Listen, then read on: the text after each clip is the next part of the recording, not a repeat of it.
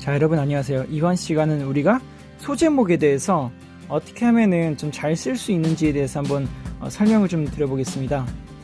일단 이 소제목이라고 하는 것은 반드시 필요하냐 에서부터 먼저 말을 하면은 반드시 필요한 것은 아닙니다. 100% 필요한 것은 아닌데 일단은 소제목이 주는 그 효과는 이 소제목을 통해서 그 밑에 들어오는 그런 문단들에 대해서 호기심을 유발을 시키기 때문에 좋은 소제목은 오히려 플러스면 플러스가 됐지 안 좋을 수는 없습니다. 그렇기 때문에 저는 개인적으로는 소제목을 굉장히 좋아하는 편이고 물론 소제목을 붙지 않다고 하더라도 뭐 글의 구조나 아니면은 여러가지 좀 특별한 그런 것들을 좀 포함하고 있다면은 굳이 달진 않아도 됩니다. 하지만 이제 저는 개인적으로 좋아하기 때문에 어떻게 하면은 이런 소제목을 좀 잘 달 수 있는지에 대해서 이전에 연구를 좀 많이 했었는데 그 내용에 대해서 한번 공유를 좀 드려보겠습니다. 자, 일단 소제목이라고 하는 것은 여러분들이 조금 처음 글을 쓰실 때는 많이 착각을 하시는데 일단은 이게 중요합니다. 일단은 키워드가 무조건 들어가야 되고 거기에 나의 결론이 들어가야 되는 거예요. 나의 결론이 들어가야 되는 건데 근데 이게 약간 좀 함축적으로 좀 들어가야 된다. 반드시 함축적일 필요는 없고 직접적이어도 되지만 우리가 이 글을 쓸 때 여러분들의 영역은 아니에요. 그냥 이 글이라는 걸 쓸 때 애초에 제목은 함축적이게 짓게 돼 있어요. 이 제목이라는 것은 주제가 아니거든요. 그러니까 우리가 옛날에 수능 문제 영어를 풀 때 이런 거 있잖아요. 제목을 찾으시오와 주제를 찾으시오는 다르잖아요. 메인 아이디어랑 그 다음에 아예 제목을 찾으라고 하는 문제는 다르잖아요. 제목이 보통 더 어려워요. 왜냐면은 메인 아이디어 같은 경우는 단도직입적으로 난 이것을 말하고 있다라는 것을 밝히는 것인데 제목이라는 것은 그것을 숨겨가지고서 좀 간접적으로 나타내는 것이기 때문에 그런 거죠. 그래서 그런 간접적임을 조금은 우리가 생각을 한다고 하더라도 그래도 반드시 키워드는 들어가야 되고 그것에 대한 나의 결론은 조금은 함축적으로 들어가야 되는 것이에요. 자, 그러면은 우리가 이런 기준을 가지고 잘 쓴 예제를 먼저 한번 볼게요.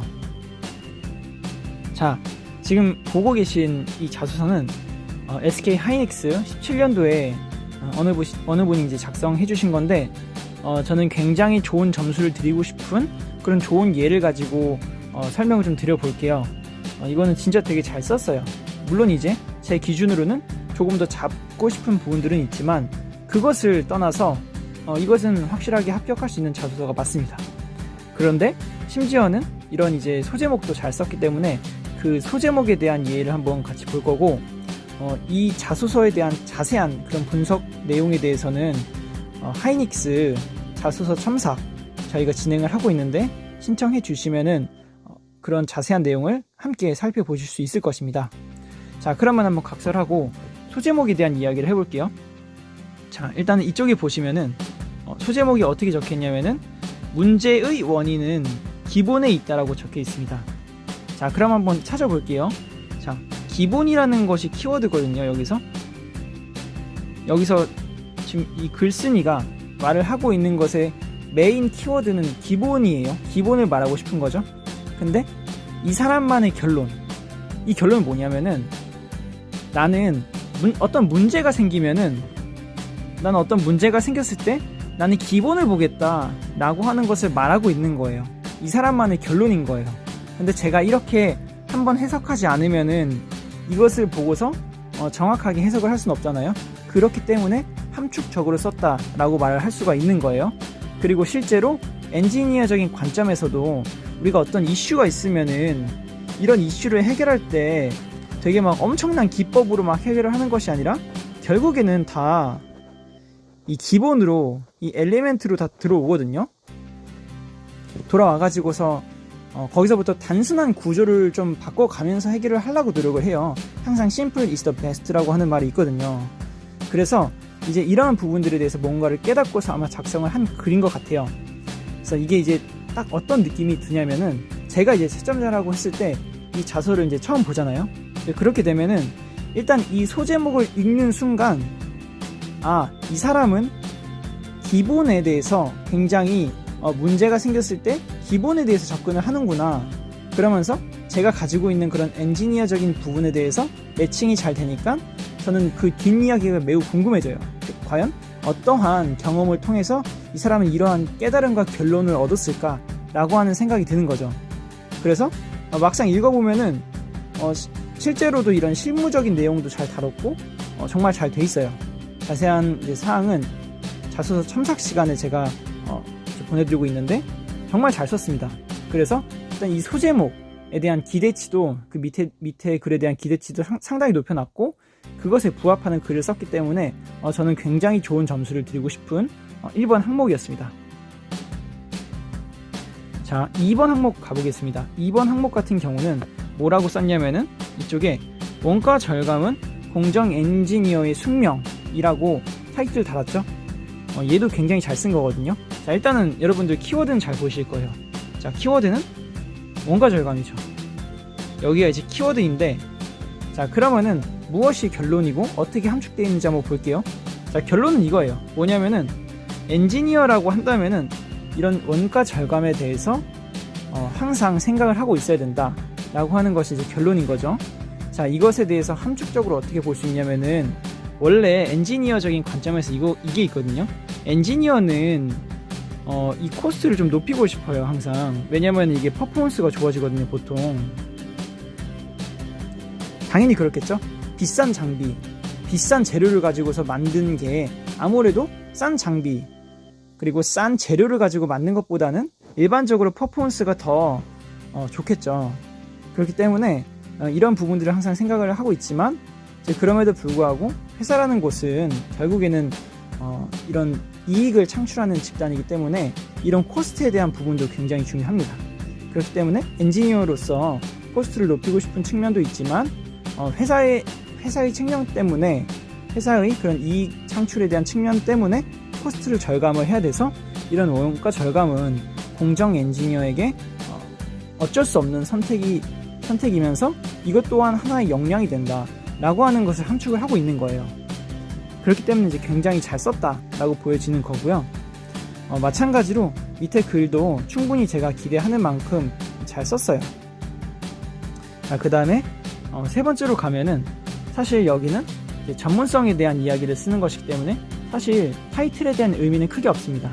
그냥 직접적으로 밝혀도 무관한 곳이기 때문에 살펴보면은 이쪽에서는 반도체 공정 지식에 대해서 이야기를 했고 데이터 분석력에 대해서 이야기를 했거든요. 딱히 여기는 함축할 것도 없기 때문에 그냥 잘 썼어요. 그냥 타이틀 무난하게 붙여서 잘 썼고 그 다음에 네 번째로 가면은 데드라인을 지키자라고 하는 소제목을 쓰고 있죠. 자, 데드라인을 꼭 지키자라고 하는 것도 데드라인이라고 하는 것이 이제 키워드가 되는 것이고 꼭 지키자. 여기서 조금 함축이라고 하면은 전 이 꼭이라는 말에다가 조금 포인트를 좀 둔 것 같아요. 데드라인을 지키자라고 하면은 당연히 지켜야 되는 건데 꼭이라는 말이 들어가는 순간 일 우선순위가 달라지거든요. 예를 들어서 데드라인을 지킬래 아니면은 품질을 지킬래 라고 물어볼 수가 있는 거잖아요. 그랬을 때 이 사람은 꼭이라는 말을 썼으니까 살짝 품질이 떨어지더라도 데드라인을 지키겠네 라는 어떤 그런 함축적인 내용을 이 꼭이라고 하는 표현에다가 박아 넣은 걸 수도 있다는 거죠. 그렇기 때문에 저는 그러한 관점으로 기대를 가지고서 밑에 글을 읽게 되는 거예요. 아시겠죠? 그래서 결국에는 이게 채점하는 사람 입장에서는 이 소제목이 굉장히 좀 중요하게 다가올 수 있습니다. 좋은 소제목에 대해서는. 자, 그럼 반대로 나쁜 소제목에 대해서 한번 이야기를 해볼게요. 나쁜 소제목은 여러분들이 처음에 글을 쓸 때 자주 실수하는 부분인데 제가 한번 예를 들어볼게요. 자, 다시 돌아왔을 때 여러분들 이런 식으로 쓸 거예요. 나는 기본을 강조하고 싶다 라고 했으면은 이런 식으로 쓸 수 있어요. 기본에 충실하자. 아니면은 내가 결과에다가 조금 포인트를 싣고 싶다. 그럼 이런 걸 쓸 수 있어요. 핀펫 구조. 여기 이제 핀펫 설계자가 있죠. 자, 핀펫 설계. 뭐 이런 식으로 작성하는 거예요.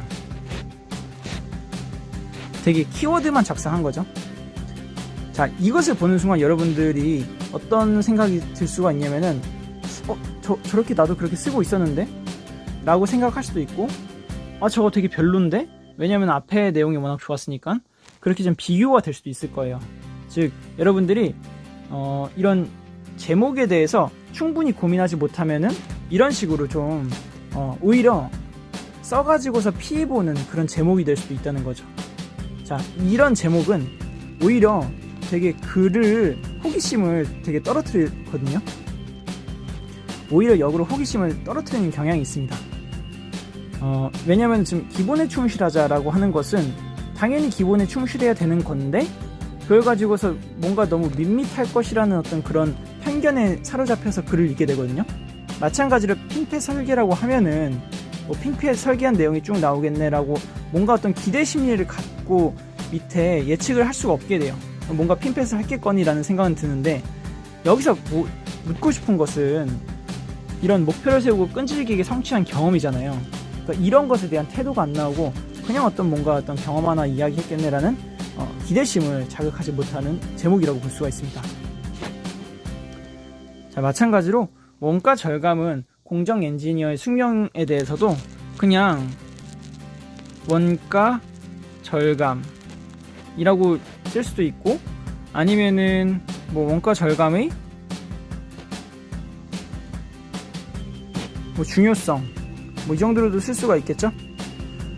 이건 완전히 키워드만 쓴 거니까 별로고, 중요성에 대해서는 뭔가 내가 중요하다라고 깨달았다는 것을 표현을 하는 것인데, 근데 얘는 마찬가지로 함축적이지가 않거든요. 그러다 보니까 좀 당연한 이야기를 하고 있다라는 느낌이 들고, 마찬가지로 좀 글에 대한 그런 기대감이 좀 사라지는 그런 제목이라고 볼 수가 있습니다. 근데 막상 여러분들이 글을 쓰려고 한다면 제목을 이런 식으로 붙이거든요. 그래가지고 이런 제목에 대한 고민도 굉장히 중요합니다. 제목을 제대로 짓지 못할 거라면 차라리 안 짓는 게 나아요. 기대감을 떨어뜨리기 때문에. 자, 마찬가지로 4번 같은 경우도 이런 식으로 소제목을 짓는 것이 아니라 약간 결과 중심적으로 지을 수도 있는데, 예를 들면은 지금 여기서 총 MT를 통해서 뭔가를 얻게 됐죠. 총 MT를 통해 얻은 성과, 이런 식으로 제목을 작성할 수도 있는 거죠. 이런 식으로 작성을 하게 되면은 마찬가지로 글을 처음 읽을 때 이 제목을 보게 될 텐데, 일단은 성과가 뭔지는 궁금할 수는 있는데, 문제는 이 성과 자체가 궁금한 게 아니라 이 성과를 통해서 여러분들이 무엇을 느끼고 얻었는지를 궁금해 하는 건데, 그것에 대해서 전혀 예측을 할 수가 없고, 그래서 뭔가 예상을 해서 글을 읽기가 좀 힘들어지게 됩니다. 그래서 여러분들은 이런 소제목을 만약에 달 거라고 한다면은 제가 말씀드린 것처럼 조금 이런 키워드를 먼저 박아놓고 거기서 나만의 그런 결론, 이런 부분을 함축적으로 좀 표현할 수 있는 그런 표현을 써가지고 짓는 것이 좋습니다. 자세한 부분은 저희 2인이 소제목 짓는 그런 컨텐츠도 진행할 건데, 거기서 같이 만나보도록 하겠습니다. 감사합니다.